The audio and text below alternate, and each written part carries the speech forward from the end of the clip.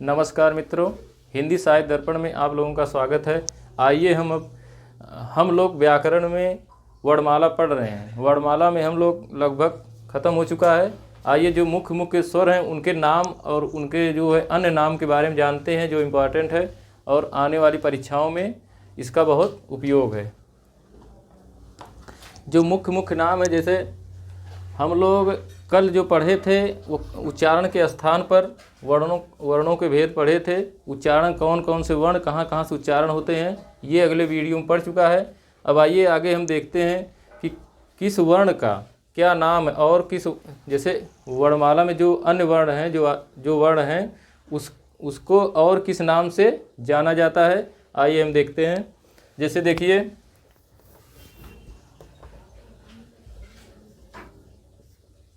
छ नहीं,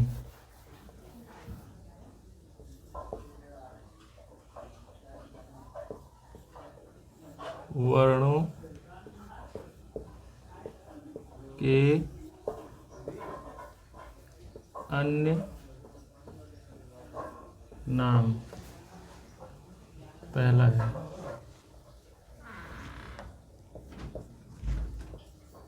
च, छ,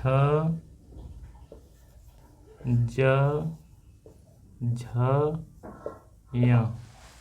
इसको जो है वर्णमाला में हम लोग च वर्ग के अंतर्गत रखते हैं, लेकिन इसका जो है दूसरा नाम, इसको हम कहते हैं स्पर्श संघर्षी व्यंजन।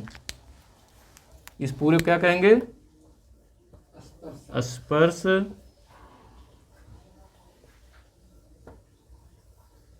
संघर्षी व्यंजन। ये जो है स्पर्श संघर्षी, इसको बोलने में जो है थोड़ा सा बल लगता है, थोड़ी हवा हमारी घर्षण के साथ निकलती है, इसीलिए इसका नाम क्या है? स्पर्श। ये स्पर्श वर्ण में आते हैं, इसीलिए इसका नाम क्या है? स्पर्श संघर्षी वर्ण। इसको स्पर्श संघर्षी वर्ण भी कहते हैं, च वर्ग को।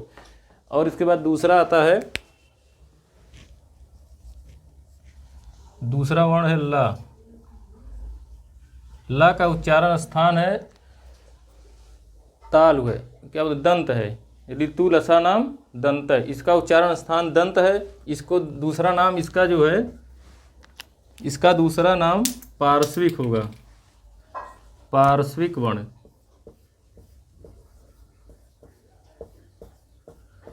पार्श्विक वर्ण, इसका दूसरा नाम है पार्श्विक वर्ण। ला को बहुत पूछता है ये, ला को किस नाम से जानते हैं? पार्श्विक वर्ण से। ठीक। इसके बाद तीसरा है, तीसरा जो व्यंजन है वो है रा। रा, रा को हम दो नामों से जानेंगे, इसको लुंठित और प्रकंपित। लुंठित और प्रकंपित।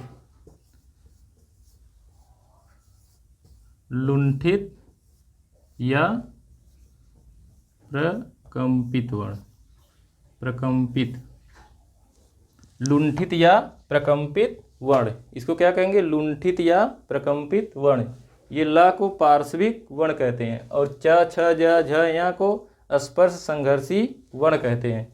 अब तीसरा आया है या और वा। या वा, इसको अर्ध स्वर व्यंजन कहते हैं। अर्ध स्वर व्यंजन कहते हैं, इसको क्या कहेंगे? अर्ध स्वर, अर्ध स्वर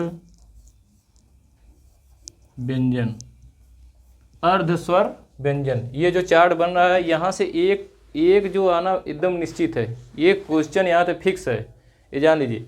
इसको जो क्या कहेंगे? अर्ध स्वर व्यंजन। ये क्या है? लुंठित या प्रकंपित वर्ण। ला क्या है? पार्श्विक वर्ण।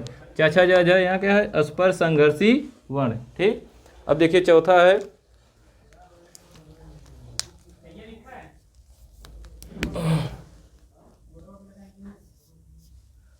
ढ़, ढ़ और ढ। ढ़ और ढ, इसको, ये बहुत इंपॉर्टेंट है। इसको जो है उच्छिप्त, उच्छिप्त और द्विगुण द्विगुण, और फिर कहेंगे आगत, आगत, फिर कहेंगे द्विस्पृष्ट, द्विस्पृष्ट,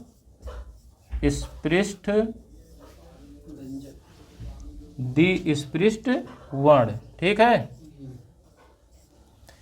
ढा और ढा ये हिंदी की अपनी विकसित ध्वनियाँ हैं। ढा और ढा, ढा और ढा, ढा और ढा क्या है? हिंदी की अपनी विकसित ध्वनियाँ हैं। इसको क्या कहेंगे? उच्छिप्त, द्विगुण, आगत और द्विस्पृष्ट वर्ण। और यह वाक्य क्या है? अर्ध स्वर। ये जितना उच्चारण है, जब वर्णमाला पढ़ा रहे थे हम सबका उच्चारण हो चुका है। ये हम चार्ट बना रहे हैं कि याद करने में आसानी हो जाए। और रा को क्या कहेंगे? लुंठित या प्रकंपित वर्ण। फिर उसके बाद ला को पार्श्विक वर्ण। चा छा जा जा को स्पर्श संघर्षी व्यंजन। उसके बाद चौथा 4 हो गया, 5वां यहाँ से लिखते हैं।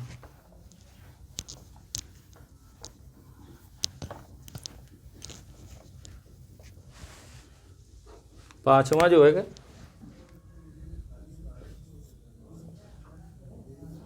य म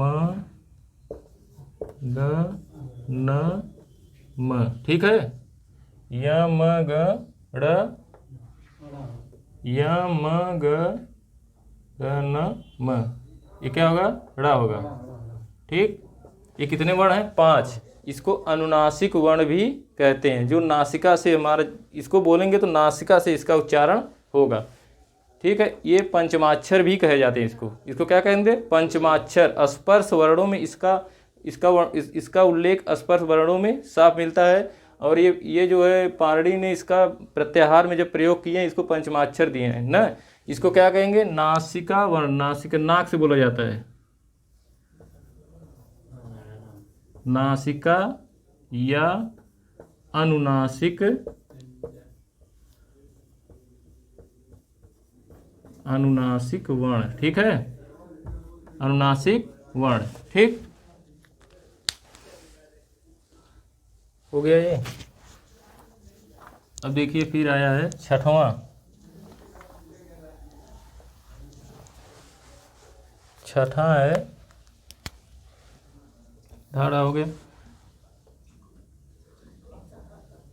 देखिए एक उर्दू की अपनी ध्वनियाँ जो आती हैं उर्दू में है, उसको स्पर्श संघर्ष, उसको जो है संघर्षी वर्ण, जैसे ऊष्म संघर्षी होता है ना, चा छा जो ऊष्म संघर्षी हैं, शा सा सा और हा ऊष्म संघर्षी हैं। उसी तरह 4 ठो और वर्ण है। देखिए खा जिसमें नुक्ता लगा रहेगा,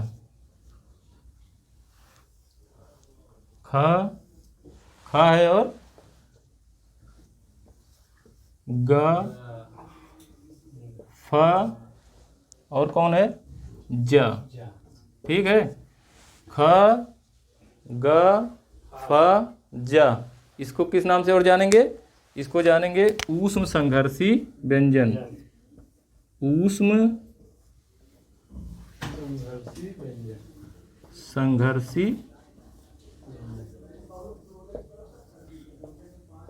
देखिए जहाँ नुक्ता रहेगा उसको समझ लीजिए कि जैसे ऊष्म संघर्षी व्यंजन तीनों सा और हा आते हैं, वैसे उसी जगह इसका भी प्रयोग होगा। उसी के नाम से इसको भी जानते हैं। ठीक है। अब देखिए 7वां जो है जा। ये जो जा है, जा, इसको जा बोलेंगे। थोड़ा इस तरह बोलेंगे नुक्ता के साथ, जा ना। जा जो जा का उच्चारण स्थान क्या है? ये पूछा था पीजीटी में, यही पूछा था। जा का उच्चारण स्थान दंत प्लस तालब। ठीक। जा का उच्चारण स्थान क्या है? दंत प्लस तालब। ठीक। देखिए जब नुक्ता आ गया तो जान लीजिए दंत है, और तालब बोला ही जाता है वो। ठीक है ना। नुक्ता आ गया तो दंत के साथ आया है, और क्या बोलेगा? तालब इचू ऐसा नाम ताल, और ई वर्ण में ये पढ़ता ही जा, चाचा जा जा नहीं पढ़ता है। तो क्या है? ये तालब वर्ण है, तालब का है ही, लेकिन नुक्ता के साथ क्या हो गया? दंत और तालब। ठीक। बहुत अंदर जाएंगे तो पूछेंगे, पीजीटी में पूछा था ये। ठीक है। अब देखिए जैसे फिर है फा, फा।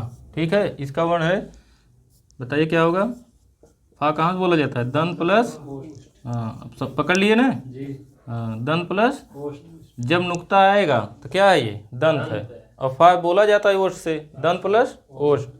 अब जा नुक्ता है और तालब है, जा प्लस क्या हो गया, क्या हो जाएगा, दंत प्लस तालब है, ठीक, इतना हो गया। फिर देखिए हाँ, नौवां जो है हाँ, ये बहुत बार पूछता है, और इसको क्या कहते हैं, हकार भी कहते हैं, ठीक, हकार या का कल्य, ठीक, काकल्य वर्ण, ठीक है, काकल्य वर्ण। ये जो लिखा, ये जो मतलब बताए हैं हम, ये बहुत इंपॉर्टेंट है। नाम बदल के पूछता है कि इस वर्ण, जैसे हा पूछ दिया तो हा को क्या कहेंगे, हा क्या है, काकल्य वर्ण है। फा का उच्चारण स्थान क्या है, नुक्ता दे देगा तो दंत और ओष्ठ हो गया। जा का उच्चारण क्या है, जा का उच्चारण स्थान क्या है, दंत प्लस तालव्य, ठीक। और ख ग फ को ऊस में या संघर्षी व्यंजन कहते हैं, ठीक है। और यमन, जैसे यमगणन मंत्र पंचमाक्षर को नासिका या अनुनासिक वर्ण कहेंगे, ठीक। और हा क्या है, काकल्य वर्ण है, ठीक। ये जो, इसको बहुत ध्यान दीजिएगा आप लोग ना।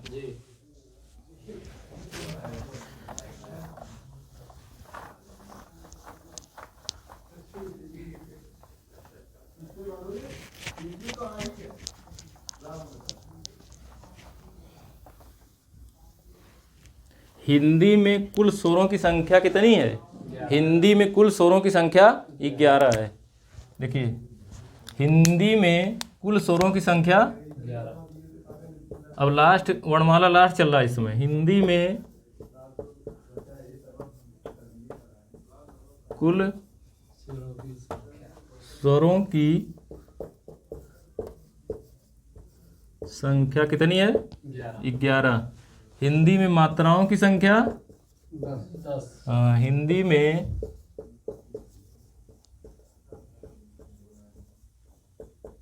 मात्राओं की संख्या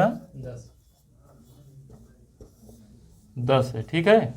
पूछ लेगा हिंदी में स्वरों की संख्या कितनी है, 11, और मात्राओं की संख्या 10 है, हो गया ना।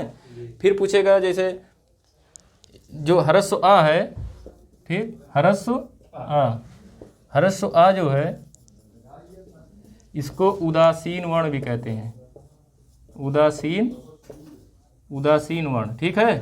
ह्रस्व आ को, इसकी कोई मात्रा नहीं होती, ठीक, इसको क्या कहेंगे, उदासीन, ठीक है, इसको उदासीन कहेंगे। यही कट जाता है तो 10 मात्राएं हो जाती हैं, ठीक है ना। यही जब हटेगा कितना हो जाएगा, 10 मात्रा, ठीक। हिंदी में कुल स्वरों की संख्या 11, हिंदी में मात्राओं की संख्या 10, आ क्या है, उदासीन वर्ण है, ठीक।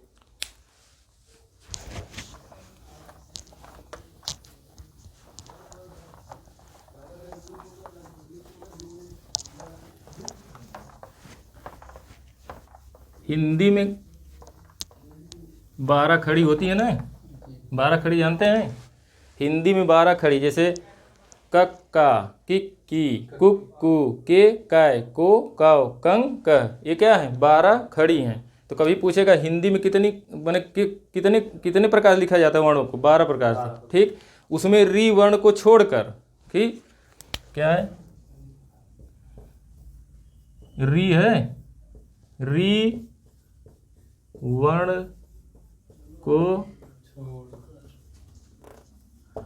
छोड़कर और अंग और अह, ये क्या है, अयोगवान, अंग अह को लेकर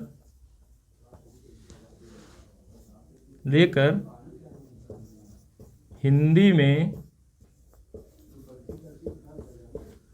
12 खड़ी लिखी जाती है, ठीक है। जैसे री अगर री को छोड़ दिया जाता है, जब 12 खड़ी का उच्चारण करेंगे, प्राइमरी में चलता है, जब 12 खड़ी में उच्चारण करेंगे आप, तो क का, की, कु के, काय, को काव, कंग क, तो इसको जोड़ देंगे, ठीक, और री को हटा देंगे तो क्या होगा, 12 खड़ी का प्रयोग हो गया, ठीक। और जो री है, जानते रहिए, री का प्रयोग जो है अपभ्रंश में होता है। किस में होता है? अपभ्रंश भाषा में। ठीक, अपभ्रंश से होती होती संस्कृत में था, संस्कृत अपभ्रंश, तो जैसे री का प्रयोग अपभ्रंश भाषा में अधिक हुआ है। ठीक है ना, री का प्रयोग, री का प्रयोग अपभ्रंश भाषा में अधिक हुआ है। ठीक, अधिक अधिक हुआ है। ठीक है मित्रों, वर्णमाला यहीं समाप्त होती है। आइए कुछ और इम्पॉर्टेंट चीज़ें जो एग्जाम में पूछता है उसको बताते हैं। ठीक है, एक पूछता है हिंदी में, जैसे टीजीटी पीजीटी में पूछता है संयुक्त व्यंजन और युग्म व्यंजन या द्वित्व व्यंजन और संपृक्त व्यंजन। ये पीजीटी का क्वेश्चन है और हमेशा पूछता है, ये नेट में भी कभी कभी पूछा है ये। ठीक है, संयुक्त व्यंजन और द्वित्व व्यंजन या युग्मक ध्वनियाँ और संपृक्त ध्वनियाँ। ठीक, 3 ध्वनियों को पूछता है और हमेशा पूछता है। ठीक है,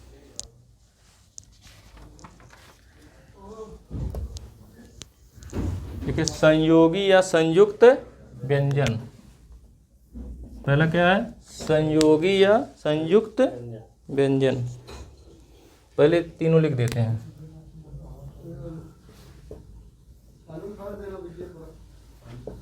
संयोगी या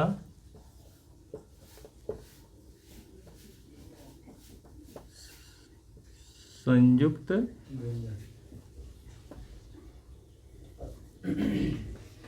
संयोगी या संयुक्त व्यंजन। दूसरा है द्वित्व या युग्मक ध्वनियाँ। द्वित्व, ठीक है, द्वित्व या युग्मक ध्वनियाँ, द्वित्व या युग्मक ध्वनियाँ। ठीक है, अब तीसरा जो है, तीसरा है संपृक्त, संपृक्त, संपृक्त ध्वनि है ना, हाँ संपृक्त ध्वनि। ठीक है, संपृक्त ध्वनि, ये तीनों पूछता है। युग्मक ध्वनियाँ किसे कहेंगे, संपृक्त ध्वनियाँ किसे कहेंगे, संयोगी या संयुक्त ध्वनियाँ किसे कहेंगे। ठीक है, ऐसी ध्वनियों का उच्चारण जिसमें दो ध्वनियाँ आए लेकिन बीच में स्वर न आए। ठीक है ना, ऐसी ध्वनियाँ जो साथ में ऐसा वर्ण जो साथ में 2 आए, ठीक है ना, लेकिन बीच में वर्ण नहीं आए। जब 2 या 2 से अधिक व्यंजनों के बीच, जब इसको देखिए संयोगी या संयुक्त ध्वनियाँ, जब 2 या 2 से अधिक व्यंजनों के बीच स्वर नहीं आता है, ठीक है, तो उसे क्या कहेंगे, संयोगी या संयुक्त व्यंजन। ठीक, जब 2 या 2 से अधिक, जब 2 या 2 से अधिक व्यंजनों के बीच स्वर न आए तो क्या है, संयुक्त व्यंजन। लेकिन व्यंजन क्या हो, अलग अलग हो ना, व्यंजन क्या हो, अलग अलग हो, व्यंजन क्या हो, अलग अलग हो। जैसे देखिए इसमें, देखिए जैसे देखिए उदाहरण है का और या। ठीक है, ये क्या है, संयुक्त। ये पूछा था 2016 के टीजीटी में। ठीक है, क्या ये भी दिया था, और व्यंजन पूछा था, स्वर नहीं पूछा था, व्यंजन। लेकिन ये नहीं दिया था ना, ये नहीं दिया था। ठीक है, ये भी तो संयुक्त है ना जी। लेकिन संयोगी या संयुक्त व्यंजन, तो व्यंजन जब दे देगा, ठीक, तो क्या हो जाएगा, क्या ना, जैसे ज्ञा, ठीक, क्या ज्ञा, ये क्या है सब, और स्या, ठीक, तामेरा। ठीक है, जैसे क्या हुआ, देखिए क्या को अलग करेंगे हम, का आधा हो गया, ठीक है ना, फिर इसके बाद क्या आ रहा है, या आ रहा है। ठीक, बीच में स्वर नहीं है, देखिए यहाँ साफ नहीं दिख रहा होगा, देखिए का है, का में हलंत लग गया तो आधा हो गया, ये जो लिखा है, ठीक है। और इसके बाद क्या है, या है न, या है प्लस आ रहेगा, ठीक, प्लस आ। देखिए जब दो या दो से अधिक व्यंजन के बीच कोई स्वर ना हो, ठीक है ना, इनके बीच कोई स्वर कहाँ है, ये तो एकदम नहीं है ना, तो ये क्या है, संयोगी या संयुक्त व्यंजन, ठीक, समझ में आई बात। जब दो या दो से अधिक व्यंजन के बीच जब दो या दो से अधिक व्यंजन के बीच कोई स्वर न हो, व्यंजन ध्वनियों के बीच कोई स्वर न हो, तो क्या है, संयुक्त या संयोगी व्यंजन कहलाएंगे, ठीक है। बात समझ में आई। इसका देखिए यही पूछता है तीनों, क्या, ज्ञा, स्या और त्रा, इसके उदाहरण हैं, ठीक। अब आइए देखते हैं द्वितीय युग्मक ध्वनियाँ। द्वितीय युग्मक ध्वनियाँ जब किसी व्यंजन का संयोजी युग्मक, ठीक है ना, जब किसी व्यंजन का संयोजी युग्मक अपनी जो ध्वनियाँ हो फिर वही ध्वनियाँ आ जाए, ठीक है ना, जो वर्ण हो फिर वो वर्ण आ जाए, तो क्या है वो, द्वितीय युग्मक ध्वनियाँ, ठीक है ना। जब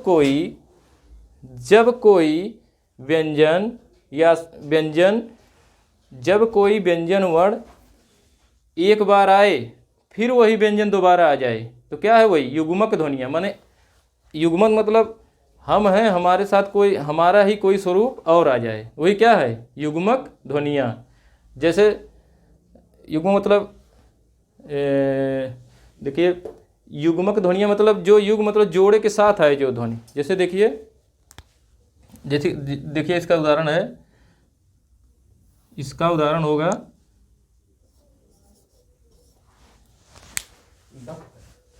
दी क त, ठीक है। तो ये क्या है, युग्मक ध्वनियाँ, मतलब जोड़े के साथ जो ध्वनियाँ है साथ में आए, ठीक है ना, वो क्या है, युग्मक ध्वनियाँ हैं, ठीक है। जब जो दो ध्वनि रूप जैसे जब दो ध्वनि साथ में आ जाए किसी शब्द में, तो क्या है, युग्मक ध्वनियाँ। अब जैसे देखिए फिर दूसरा उदाहरण है प्रफुल्ल, ठीक है। तो यहाँ दो युग्मक ध्वनियाँ कौन है, ला और ला, ठीक है ना। अब देखिए जैसे बचा, ठीक है, तो क्या है, युग्मक ध्वनियाँ, ठीक है। ये क्या है, द्वितीय युग्मक ध्वनियाँ, ठीक है। अब आइए तीसरा देखिए संपृक्त ध्वनि, ठीक। ऐसी ध्वनियाँ, ऐसा वर्ण या ऐसा वर्ण व्यंजन जो दो व्यंजनों के बीच में हो, ठीक है ना, दो व्यंजनों के बीच में जो वर्ण सटा हो वही क्या है, संपृक्त। संपृक्त मतलब सटा हुआ, इसका मतलब है क्या होता है, सटा हुआ। ऐसी ध्वनि जो दो वर्णों के बीच में सटी हो, तो क्या है, संपृक्त ध्वनियाँ। जैसे इसका उदाहरण है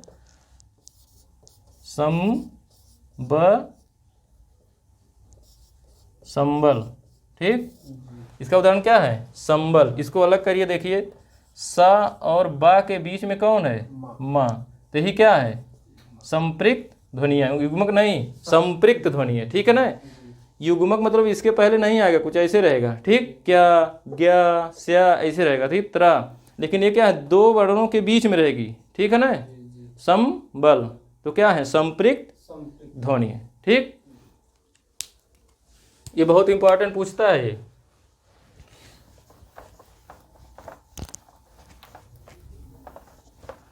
अब आइए आगे देखते हैं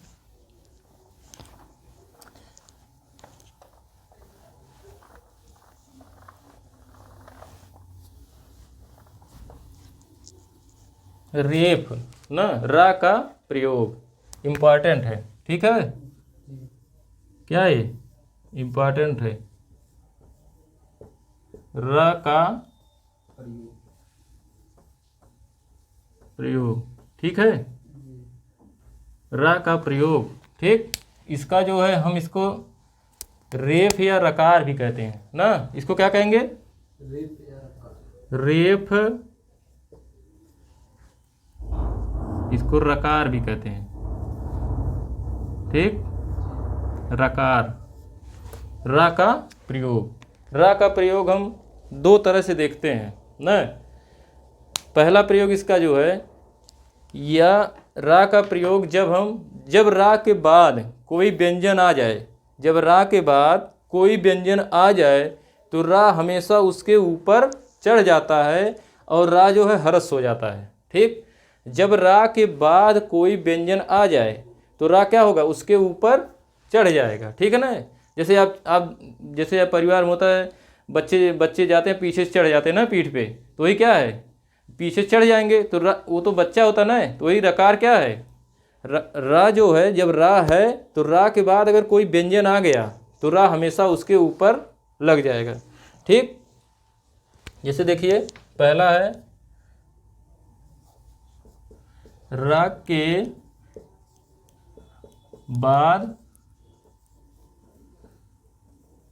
यदि कोई व्यंजन वर्ण आए तो रा ह्रस्व, रा क्या हो जाएगा, रा ह्रस्व हो जाएगा और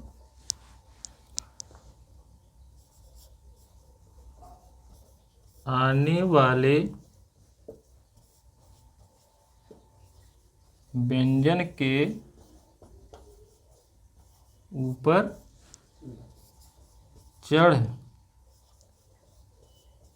जाएगा। ठीक है, आने वाले ऊपर के ऊपर चढ़ जाएगा या लग जाएगा। ठीक, या लग, पहला इसका ये है ना, अगर रा के बाद कोई व्यंजन आ रहा है, रा के बाद कोई व्यंजन आ रहा है तो रा क्या हो जाएगा, उसके ऊपर लग जाएगा या चढ़ जाएगा। लेकिन रा को ह्रस्व करेंगे हम। ठीक, रा को ऐसे लिखेंगे पाई से। ठीक है, रा को ह्रस्व करेंगे। ठीक, जैसे देखिए कार्य लिखे, कार्य, क्या, कार्य। ठीक है, तो इसे य।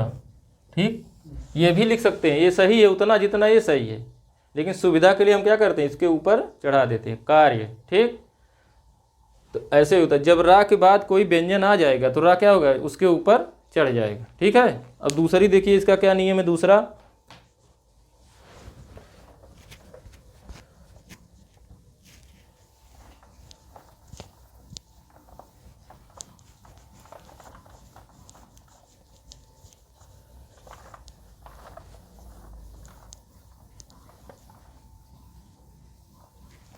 इसका दूसरा जो नियम है, इसका दूसरा नियम, जब रा किसी ध्वनि के बाद आए, अब पहला नियम था कि रा के बाद कोई ध्वनि आए, लेकिन जब रा किसी ध्वनि के बाद आए, किसी वर्ण के बाद आए, तो रा हमेशा रा जो है दो रूप में प्रयोग होगा। जब रा किसी ध्वनि के बाद आए, ठीक है ना, जब रा किसी ध्वनि के बाद, ठीक, आए तो रा दो तरह से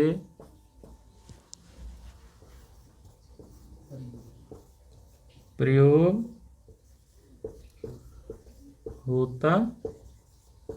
जब रा किसी ध्वनि के बाद आए तो रा दो तरह से प्रयोग होता है, या रा का प्रयोग दो तरह से होता है। ठीक है ना, रा दो तरह से प्रयोग होता है ना। ठीक, अब देखिए पहला क्या है, यदि खड़ी पाई आए, खड़ी पाई का व्यंजन वर्ण आए, ठीक है ना, यदि खड़ी पाई का वर्ण आए,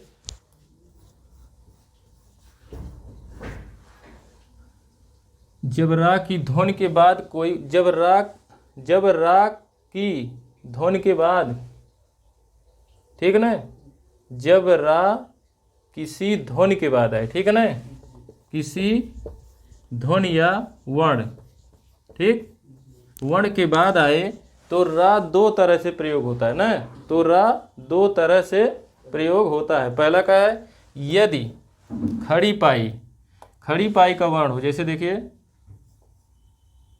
ये वाला ना, ये, फिर इसके बाद ये, ठीक, और फिर इसके बाद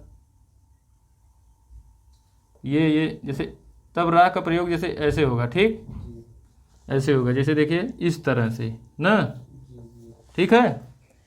जब खड़ी पाई का,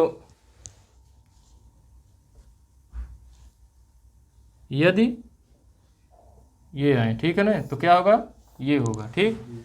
खड़ी पाई क्या होगा, खड़ी पाई का वर्ण, ठीक है। यदि ये आएंगे तो क्या होगा, खड़ी पाई का ये होगा प्रयोग, ठीक। यदि खड़ी पाई न हो जिस वर्ण में, जैसे देखिए